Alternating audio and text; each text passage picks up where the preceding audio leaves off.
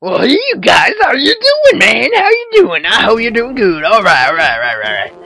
So, gonna be digressing a lot in this game. This little game within a game. Because, there's really not much else to talk about, and I can digress. I finally have the time. Oh my god.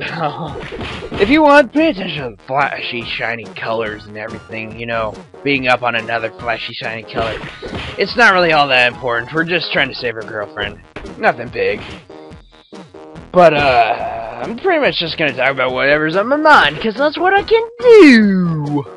Like, I can talk about birthday presents if I want. Like, I got Skyrim, and the Warrior novel.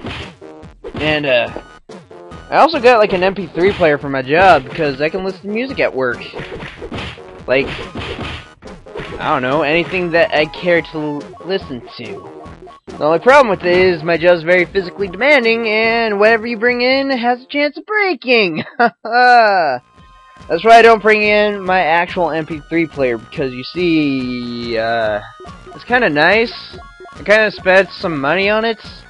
In any other situation in which it was out of harm's way, I'd bring it, but being that I load packages every night, and for some reason, whatever you bring in has a good tendency to be broken unless it's small and durable enough, and it can kind of hide it out of harm's way. Yeah, you better be careful.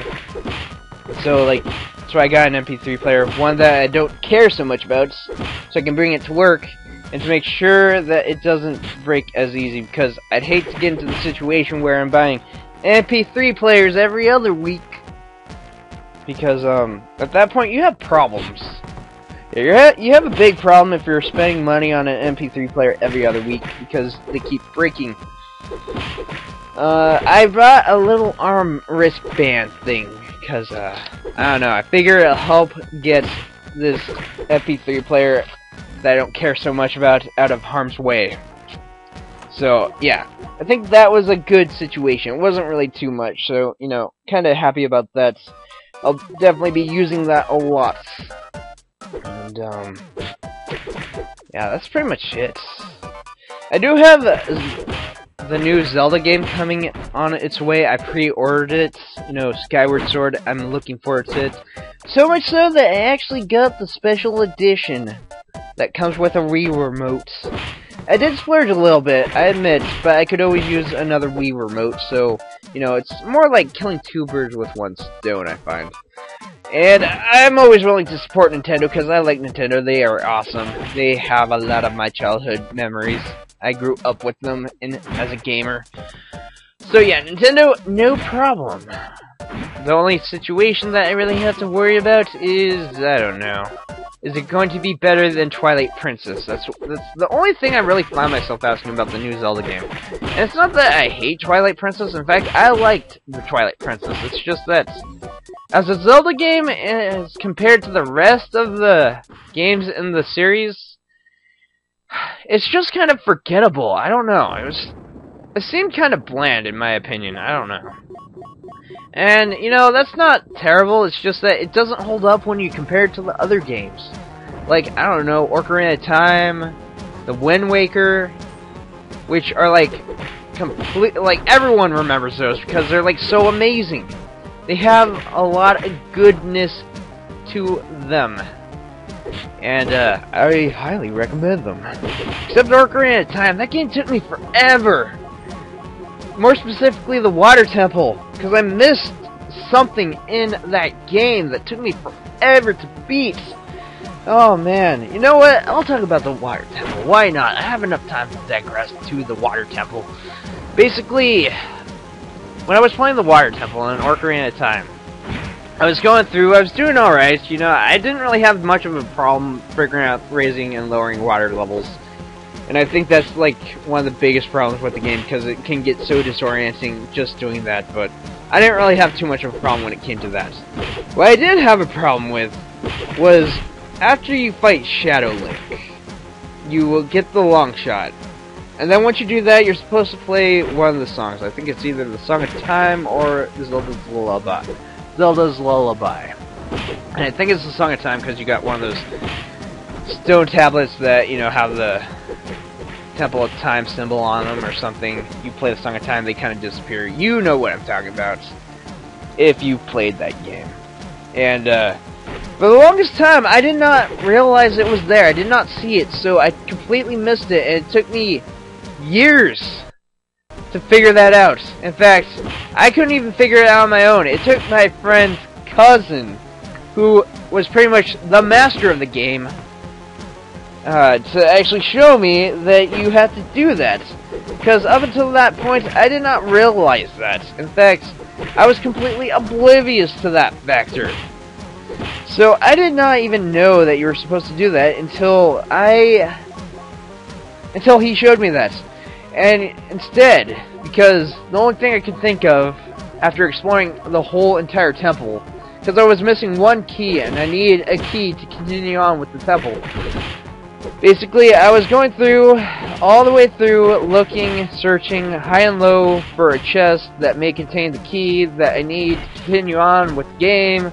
And the only thing I could find was this little ledge, which had a chest on it, which I was trying to constantly get to with the long shot, but because of the angle, I could never really get to it. So basically, I was stuck. I could not move on with the game.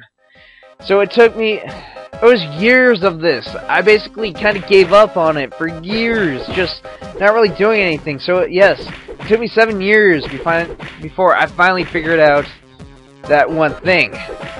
And it wasn't, if it wasn't for my friend's cousin, would never have figured that out. But once I did figure that out, I played the rest of the game, beat it, and I was done with it. I was like, oh my god, finally! And you know, it always feels good once you beat a game that takes you years to, you know, figure out.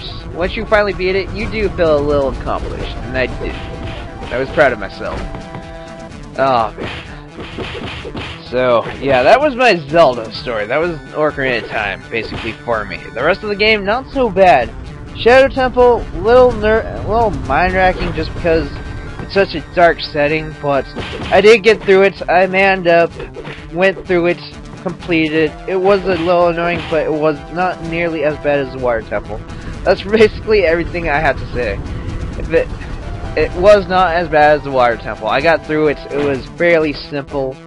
You just kind of follow the set path of the gamers, like, well, that the programmers set before you, and you pretty much solve it regardless.